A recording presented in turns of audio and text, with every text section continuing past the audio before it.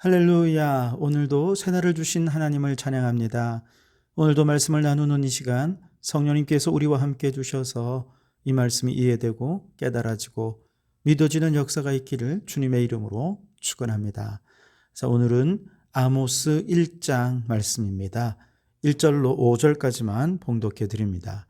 하나님의 말씀을 경청하시기 바랍니다.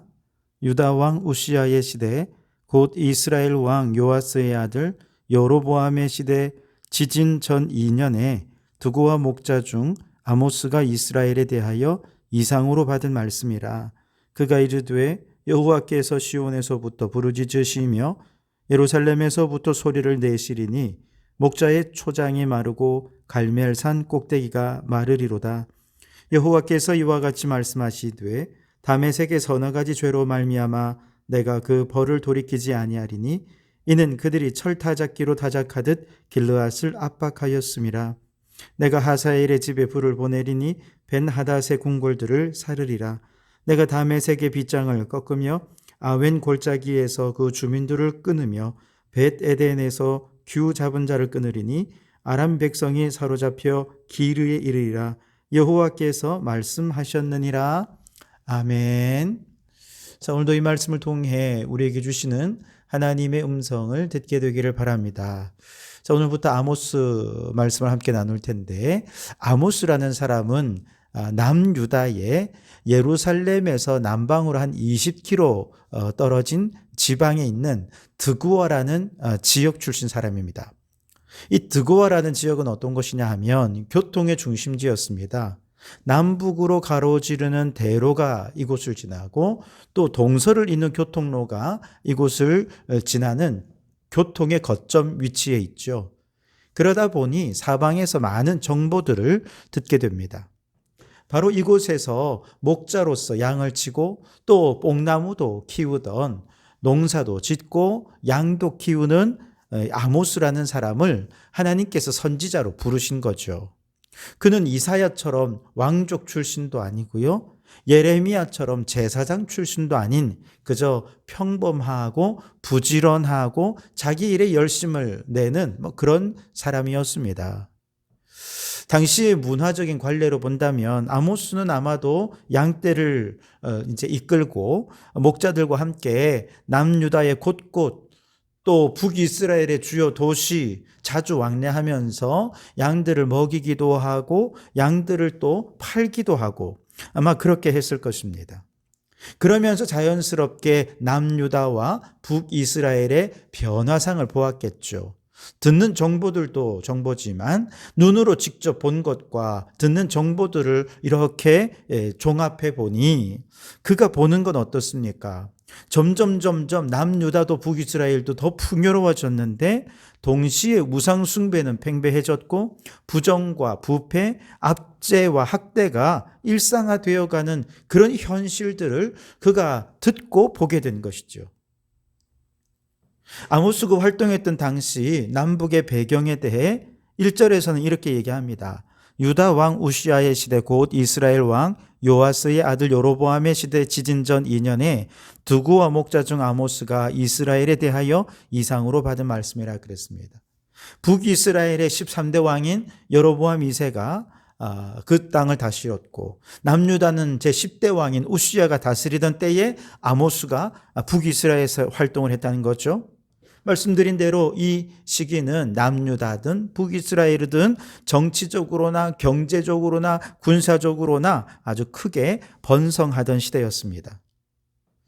바로 이 시대에 호세아서에서 사실 여로보암 2세 때 경제적인 풍요로움을 이미 말씀을 드렸습니다만 주전 8세기 선지자들이 활동했던 여러 선지자들이 있는데 그 순서가 아모스 선지자가 제일 먼저입니다.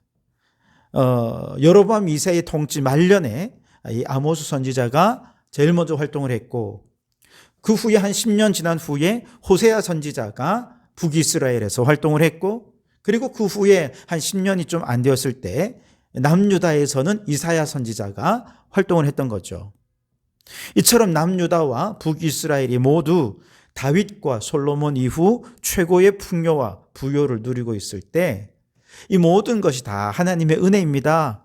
그러면 얼마나 좋았겠습니까? 안타깝게도 이들 모두가 다 정말 이 부요에 취해서 하나님의 선민이라는 정체성도 잊어버리고 이방의 문물, 이방의 풍속에 동화되어서 우상 숭배도 하고 또 여호와의 신앙을 내팽겨치는 그런 모습들. 인본주의적인 자만과 안일에 빠져서 현세적인 부귀와 영험만을 쫓으면서 기만과 폭력을 행하는 것을 주저하지 않았습니다. 순간의 쾌락을 최고의 가치로 여기면서 양심과 도덕 거들떠보지도 않았습니다. 더더욱이 이 모든 영적인 상황들을 책임져야 할 제사장들은 어떻습니까? 종교 지도자들도 역시 마찬가지로 현세적인 영달에만 급급해서 율법을 지키고 제사를 통해 하나님과의 관계를 회복하게 하는데 무관심하고 오히려 제사는 돈벌이 수단이 되었습니다. 결국 남과 북의 이스라엘의 영적 타락은 돌이킬 수 없는 지경에 이르렀고 이제는 더 이상 죄책감도 없고 정말 양심의 거리낌도 없이 타락이 점점 극대화되고 있던 바로 그때였습니다. 그때 하나님께서 평범한 목자요 농부였던 아모스를 부르셔서 저 북이스라엘로 올라가서 하나님 말씀을 증거해라 명령하신 것이죠. 그런데 성경에 보면 하나님의 선지자로 또 하나님의 일꾼으로 부름을 받아 왕성하게 활동한 사람들은 선지자 학교에서 훈련받은 사람들만 있는 게 아니었습니다. 다른 직업을 가지고 있다가 그 일에 성실하던 그 사람, 순수한 마음에 하나님의 마음을 부어주셔서 선지자로, 사도로 그렇게 부르심을 입은 사람들이 많죠. 예를 들어 최초의 선지자였던 모세는 원래 직업이 목자였습니다. 그렇게 목자로서 양을 치다가 호렙산에서 떨기나무 가시 가운데서 하나님을 만나죠. 엘리사는 평범한 농부였습니다. 밭가는 일을 하다가 선지자로 부름받았습니다. 신약시대에 예수님의 12 제자들을 보십시오. 베드로, 야고보, 요한, 안드레. 여러분 이들은 원래 직업이 어부였습니다. 그러다가 사람 낚는 어부로 부름을 받게 되었죠. 세리였던 마태는 세리의 직무를 감당하다가 예수님의 부르심을 받아 주님의 제자가 되었습니다. 다시 말해서 하나님의 부르심을 받은 하나님 나라 일꾼은 정식 신학교를 나오고 신학을 공부하고 목회자로 안수받은 사람만 쓰임받느냐? 그렇지 않습니다. 누구든지 우리는 이제 왕같은 제사장이에요. 자신의 자리에서 주어진 직무를 최선을 다해 충실하게 감당하면 하나님께서 그곳에 하나님의 마음을 부어주시고 하나님 나라 일꾼으로서 제사장 나라로서 헌신하게 하시는 것이죠. 여러분 오늘날은 목회자의 직무와 평신도의 직무가 따로 있지 않습니다. 우리가 하나님의 마음을 품고 왕같은 제사장으로서 직장 생활에 충성하고 가사일에 충실하고 학생들은 공부하는 일에 열심을 내다보면 그 작은 일에 충성하는 모든 순간이 하나님 나라 제사장으로서 쓰임받는 순간이 되는 것이지요. 여러분 올 한 해 여러분 모두가 왕같은 제사장으로서 각자의 삶의 자리에서 여러분 자신에게 주어진 작은 직무에 충실하실 수 있기를 바랍니다. 그 위에 하나님의 마음이 부어져서 하나님 나라 일꾼으로 귀하게 쓰임받는 올 한 해가 되시기를 주님의 이름으로 축원합니다. 자, 아모스 1장으로 들어가 보면 1장은 이스라엘의 주변 나라들에 대해 하나님의 심판을 예언하는 내용입니다. 3절은 다메섹의 서너 가지 죄로 말미암아 그 벌을 돌이키지 아니하리니 라고 하면서 다메섹, 다시 말해서 이스라엘 북쪽에 있는 아람 나라에 대한 심판을 예언하는 내용입니다. 이들이 왜 이렇게 심판을 받느냐? 3절 하반절에 보시면 그들이 철 타작기로 타작하듯 길르앗을 압박하였음이라 그랬습니다. 철 타작기라고 하는 기계는 끝이 이빨처럼 날카롭게 생긴 쇠고챙이가 달려서 곡물의 줄기를 잘라내는 역할을 하는 기계였습니다. 그런데 아람이 타작 기계의 그 쇠고챙이가 곡물을 잘라내듯이 북이스라엘 백성들을 그렇게 찌르고 살육하고 괴롭게 했기 때문에 심판을 받게 된다라는 것이죠. 문제는 이 철타작기가 저 아람에만 있는 것이 아니라 오늘 우리들의 마음에도 있다는 사실이죠. 분노와 미움과 증오라고 하는 철타작기로 우리는 얼마나 많은 사람들의 삶을 찌르고 피를 내고 쪼개고 갈라치기 하고 그렇게 괴롭게 했습니까? 이러한 마음속 철타잡기 때문에 우리는 하나님의 진노와 심판을 받을 수밖에 없는 거죠. 그렇기 때문에 여러분, 우리가 하나님의 심판을 피하려면 어떻게 해야 됩니까? 마음속 철타잡기를 제거해야 합니다. 남을 찌르고 자르고 고통스럽게 하고 괴롭게 했던 마음속 철타잡기를 제거하고 사랑과 온유와 희락과 화평의 영이신 성령으로 충만해진다면 이제 우리는 심판이 아니라 축복의 사람으로 변화될 줄 믿습니다. 6절 말씀에 보면 가사, 즉 블레셋의 서너 가지 죄 때문에 심판을 예고하고 있다 말씀하시는데요. 이 블레셋이 심판을 받는 죄목이 뭐냐? 6절 하반절에 이는 그들이 모든 사로잡은 자를 끌어 에돔에 넘겼음이라 그랬습니다. 사람들을 사로잡아 에돔에 넘겼어요. 9절에는 두로에 대한 심판 예고인데요. 이들도 똑같습니다. 그 형제의 계약을 기억하지 아니하고 모든 사로잡은 자를 에돔에 넘겼음이라 그랬어요. 블레셋과 두로는 사람들을 사로잡아서 노예로 넘겨버리는 인신매매, 노예, 무역의 죄악으로 인해 심판을 받게 되었다는 것이죠. 노예 무역은 인간을 노예로 삼아 그들을 착취하고 비인간적인 노동을 일삼고 그들을 마치 물건처럼 사고 파는 정말 비인간적인 죄를 범한 것이지요. 그렇다면 오늘날도 우리가 누군가의 존재를 존귀히 여기지 못하고 그들을 비인간적으로 취급하는 것은 심판의 대상이 된다는 것이죠. 누군가 노동력을 착취하고 누군가의 존재를 무시하고 왕따시키는 모든 비인간적인 행위는 하나님의 심판의 대상이 된다는 것이지요. 하나님은 우리를 하나님의 형상으로 창조하셨습니다. 모든 존재는 존귀한 존재라는 뜻입니다. 그러니 누구도 함부로 대해서는 안 됩니다. 존재 그 자체로 존귀히 여기고 사랑하고 섬김으로 심판의 대상이 아니라 축복받는 자로 변화되는 우리가 될 수 있길 바랍니다. 11절에는 에돔에 대한 심판이 예고되고 있는데요. 그들의 죄목은 이것입니다. 이는 그가 칼로 그의 형제를 쫓아가면 긍휼을 버리며 항상 맹렬히 화를 내며 분을 끝없이 품었음이라 그랬습니다. 에돔의 형제는 이스라엘이죠. 에돔은 에서의 후예이고 이스라엘은 야곱의 후예이기 때문에 둘 사이는 누구보다 혈연적으로 가까운 관계이지만 에돔은 이스라엘을 원수처럼 대했습니다.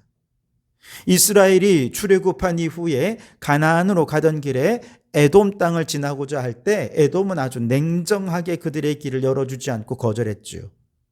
심지어 군사를 보내어 광야 생활할 때도 대적을 했습니다. 가나안에 정착한 이후에도 계속해서 이스라엘을 공격하면서 둘 사이는 적대감이 점점 커졌고 그들의 행위도 점점 잔인해졌습니다. 그래서 에돔은 형제인 이스라엘에 대해 긍휼을 버리고 맹렬히 화를 내고 분을 끝없이 품었기 때문에 심판의 대상이 되었다는 겁니다. 여러분, 오늘 우리 성도들은 믿음의 형제들에 대해 긍휼을 버려서는 안 되겠습니다. 믿음의 형제 자매된 우리 성도들과 사랑으로 화목하고 하나 될 수 있다면 우리는 심판을 벗어나 축복된 사랑의 공동체를 이룰 수 있게 될 것입니다. 13절에는 암몬에 대한 심판을 예고하고 있습니다. 암몬이 심판받는 죄명은 무엇인가요? 자기 지경을 넓히고자 하여 길르앗의 아이 된 여인의 배를 갈랐음이라 그랬습니다. 자신의 욕심을 채우기 위해 타인에 대해 잔혹하게 행한 이 죄가 심판의 이유가 된다는 것이죠. 탐욕을 채우기 위해 온갖 만행을 저지른 결과 내가 부귀와 영화를 누린다면 큰 심판의 대상이 될 거라는 것이죠. 야고보서 1장 15절 말씀에 욕심이 잉태한 즉 죄를 낳고 죄가 장성한 즉 사망을 낳느니라 그랬습니다. 탐욕을 채우기 위해 죄를 행한 결과는 사망이요 파멸이라는 것입니다. 그러니 우리는 이 사망을 피하기 위해 어떻게 해야 됩니까? 자신의 지경을 넓히려는 이기적인 탐욕을 어디로 이끌어야 되느냐? 하나님의 뜻을 이루고 하나님 나라를 이루려는 거룩한 욕망으로 바꾸어야 한다는 것입니다.